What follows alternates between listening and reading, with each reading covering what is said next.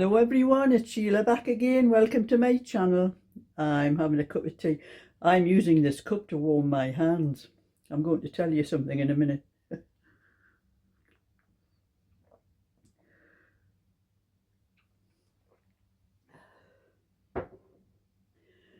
I've been sitting downstairs knitting. My hands were cold and I couldn't have got the heating on. I just could not seem to get warm. And anyway, I had to go out this morning to the post office. I had an order on Etsy off my lovely subscriber Emma. She bought one of my knitting, one of those bags that I crocheted for keeping your yarn in, you know, your odd balls of wool and that. So I've had to walk over to the post office and post that off to her today. And it was really cold when I come back. It was very windy. When I was walking over there, it was all right. The wind was behind me, pushing me, but when I was coming back, it was against me, and it was like fighting against the wind to walk home. It was about it's only about a 15-minute walk, but I just couldn't seem to get warmed up in the house. Now I have two toilets in my house. I have one down upstairs and one downstairs. The downstairs one's part of my outhouse and used to be coal house and outhouse and outside toilet. It's inside, you know, but it's classed as outside toilet, and I just use that one when I'm downstairs. So I never had to go upstairs for anything. But when I get up in the morning, I've got two side windows in my, the windows in my bedroom. And I always open those two windows and I leave them open till maybe it's about 2 o'clock to air the bedroom off, because I like the air, to change the air in the bedroom. And I never went upstairs again until I've come up here to do this video, coming to my back bedroom. And I know why I'm cold. I forgot to shut the bedroom door when I came out, and the wind when I went into the bedroom, the wind was blowing the curtains right out like that. So the wind was blowing into the bedroom, so it must have been coming from the bedroom and down the stairs and into my living room, because my living room door wasn't shut either. I know now why my hands has been cold and I couldn't sort of really concentrate. But and then I had a friend come over, one of my neighbours. She had asked me, she hasn't been knitting very long. I mean, she's around about my age, but not quite as old as me, I don't think. But she asked me about knitting. I gave her one of my patterns. She wanted to knit I think it's a great granddaughter. She wanted to knit a little 22-inch rosebud cardigan, because I showed her some of the patterns and that what I had. She's not on the internet or anything like that, so she can't watch like YouTube and anything like that. So I just I printed off one of the patterns for her a few days ago. She came over one day because she was making some mistakes. She couldn't work something out, and anyway, she came over today. So I've had interruptions. I haven't had much knitting done myself today, but anyway, she came over and she's saying, I can't seem to get this pattern right, Sheila. She says, I keep losing stitches. I haven't got the number of stitches I should have on when I've knitted it around. I said, well, give us a look. I'll see if I can see what you've done. So she's saying, well, you have a look and see, you know, if you can see. So I had a look. I could see where the rosebud, half of the little holes were missing on the rosebud. And I realised what she'd been doing. She'd been knitting two together, but hadn't been putting the wool forward. So I told her what she had done wrong, and she says, but it doesn't tell you to put the wool in front of the needle in that. I says, it does. I says, it's WFD, wool forward. Oh, is that what that means? I didn't know what that meant. She says, you haven't put any abbreviations on the pattern. I says, I didn't think I had to. I couldn't believe it. But she had done about that much of the back, and I think it's where I looked when I counted it. She had been putting the wool forward for some of it, so she must have realised what she had. I think what she was doing was where I was putting the knit one, slip one, and pass the slip stitch over. I think she was doing them ones, but she wasn't doing the wool forward one before that. And I said to her, you're going to have to pull it down to the rib dot of the collar.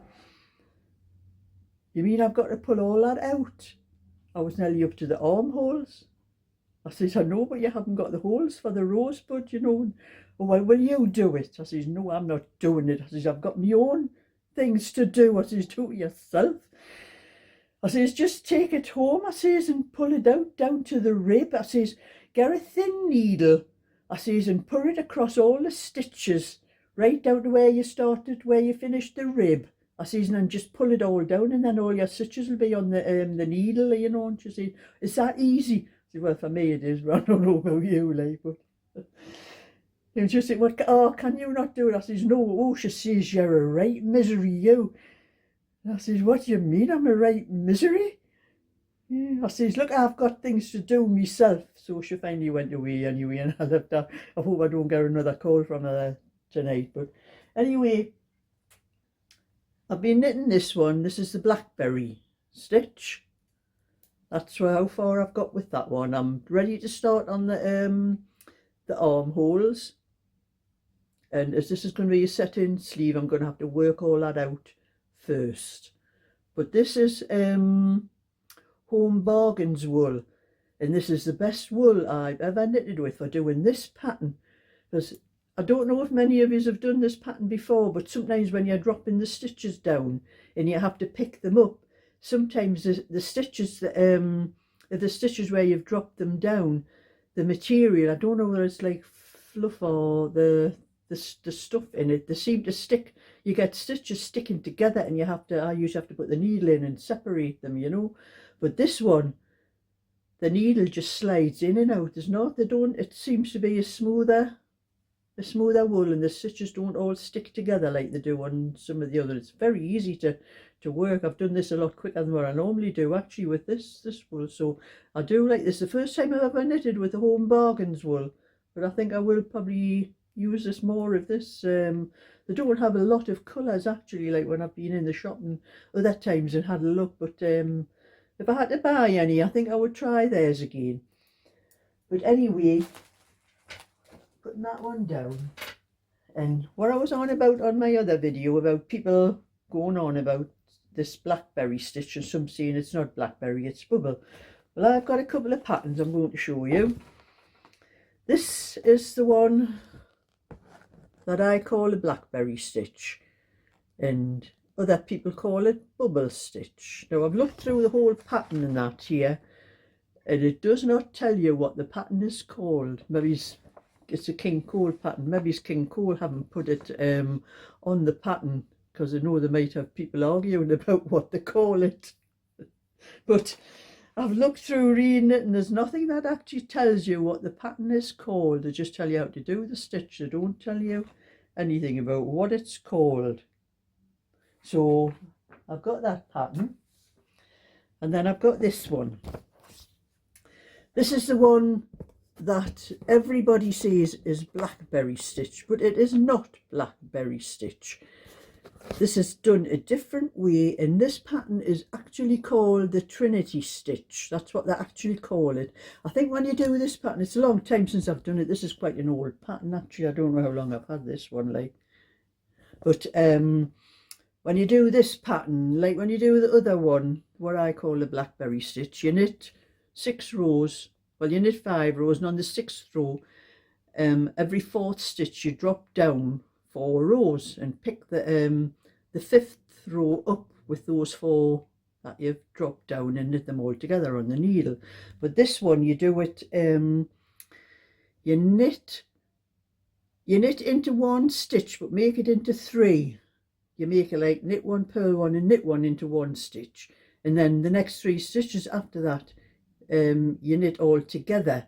And then you do an ordinary purl row after that, and then I think the row after that, where you've knitted 3 together, you do knit 1, purl 1, knit 1, and so on, and you work it around that way anyway. And it is actually, the actual name for that stitch is called the Trinity stitch.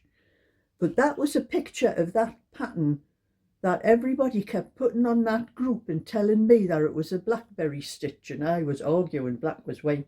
They'll argue till the cows come home with me, but they'll never change my mind. And so I just thought I hunted out these patterns just to show people the difference. It is a nice pattern, but I prefer the other one, and that's it anyway. So that's that one sorted out, and I have got nearly finished.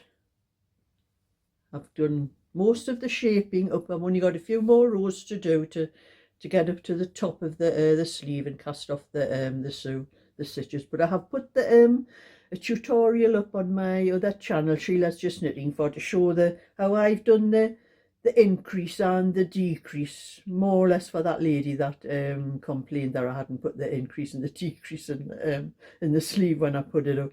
So that's what I've done. So when I go back downstairs, I'll be leaving the baby things and I'll be knitting this. So if I get it finished, I will put the this how to put the neck on. But the only trouble is if it's late in the afternoon now. It's nearly 4 o'clock, I think, now, actually. I'll look at my watch. Yes, it's nearly 4 o'clock, and it is starting to get dark because I've had to put the light on in this room because it was quite dull. So when I do any tutorials, well, even in my kitchen, I don't get the light shining straight into the kitchen from quite early in the morning. You've got to be up very early in the morning to get the light shine straight into my kitchen. And sometimes I have to put the light on even during the day for to do anything. So I have to put if I do this tonight, I'll probably have to put the light on. So there's going to be shadows over my hands and that when I'm doing it. But that is if I get time and there's no more interruptions. Anybody coming to my house complaining me and calling me misery old so-and-sos. Because I have a feeling she's going to be back again. Maybe I should start a club in my house, and anybody that wants to come, come to the house for a knit and natter, or knit, crochet and natter, because it's crochet as well as what I do. And I've had another lady on email. She asked me, it was from my other channel, Sheila's Just Knitting. She asked me for the PDF for my rosebud pattern. I think it was the smaller size. She wanted the 16 to the 20 inch that I did. And she sent me an email, and I've sent her the PDF through her email. And then she sent, I think it was the day after, she sent another email asking for it again. I thought, I've already given you it.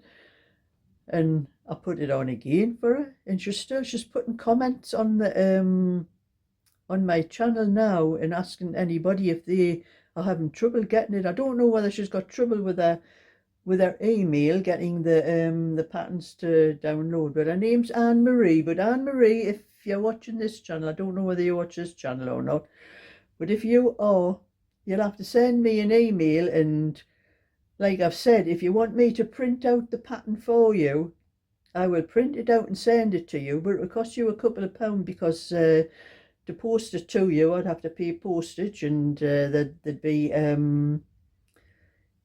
don't do use my ink on my printer and my paper for free, so a couple of pounds would probably cover that, and the postage.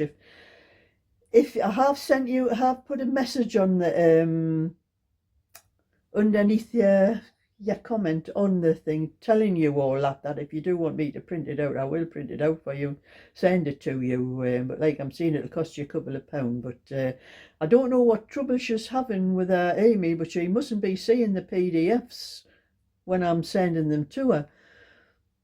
But I know I put all my PDFs on a Facebook group called Knitting Network, and I upload them onto you have to go onto the files section if you're in the group to get them. But you can download, anybody can download them from there. They don't need to ask me, they just need to go onto that to join that group and check on the files. But I have noticed something with the files, because I tried it just out of curiosity. Somebody was complaining on there that they couldn't see it. They had tried to download it, but they couldn't download it onto their phone. So I tried to download onto my phone, my own pattern. I tried to download onto mine's a Samsung phone, and I tried to download it onto there. Well, it downloaded, but it wouldn't open up. It kept coming up as corrupt file. So some of the mobile phones mustn't recognise the PDF thing and won't open them up. But it was all right on my tablet and on my laptop. They opened up okay on there. But I tried again yesterday, just out of curiosity, because I've had a few updates on my phone, and it does open up now on my phone. So there must have been having some updates on the phone that either people have been complaining about things like that. I don't know, but they do seem to open up now when you download them. Like, they don't come up as corrupt file like they did before. The pattern actually comes up when you do it. So I hope that lady, well, I've asked her to get in touch with me with my email, so with her email again, and I'll try and sort it out for her. But anyway, that's my little bit for today. There'll probably only be one video today. Well, I have put one up on my other channel as well, so that is actually two, but not on this channel. So thumbs up and subscribe, and I'll catch you all later. And at least my hands are starting to warm up a little bit now. I'm nearer the radiator in this room, but I think I need to get myself in an armchair. And I have got a bed over the other side of the room. You can't see it from here. I could sit on the bed actually. Be a bit uncomfortable, like, because I wouldn't be able to have anything to lean on. But I have got one of those backrests things, I think, in my, it's from when my husband, who he died in 2014, but he was quite ill for a while before that, and I've got all sort of things that, you know, as a backrest thing, I could put that up on the bed. I never get rid of anything, I save everything. So anyway, bye for now. I'll catch you all another time.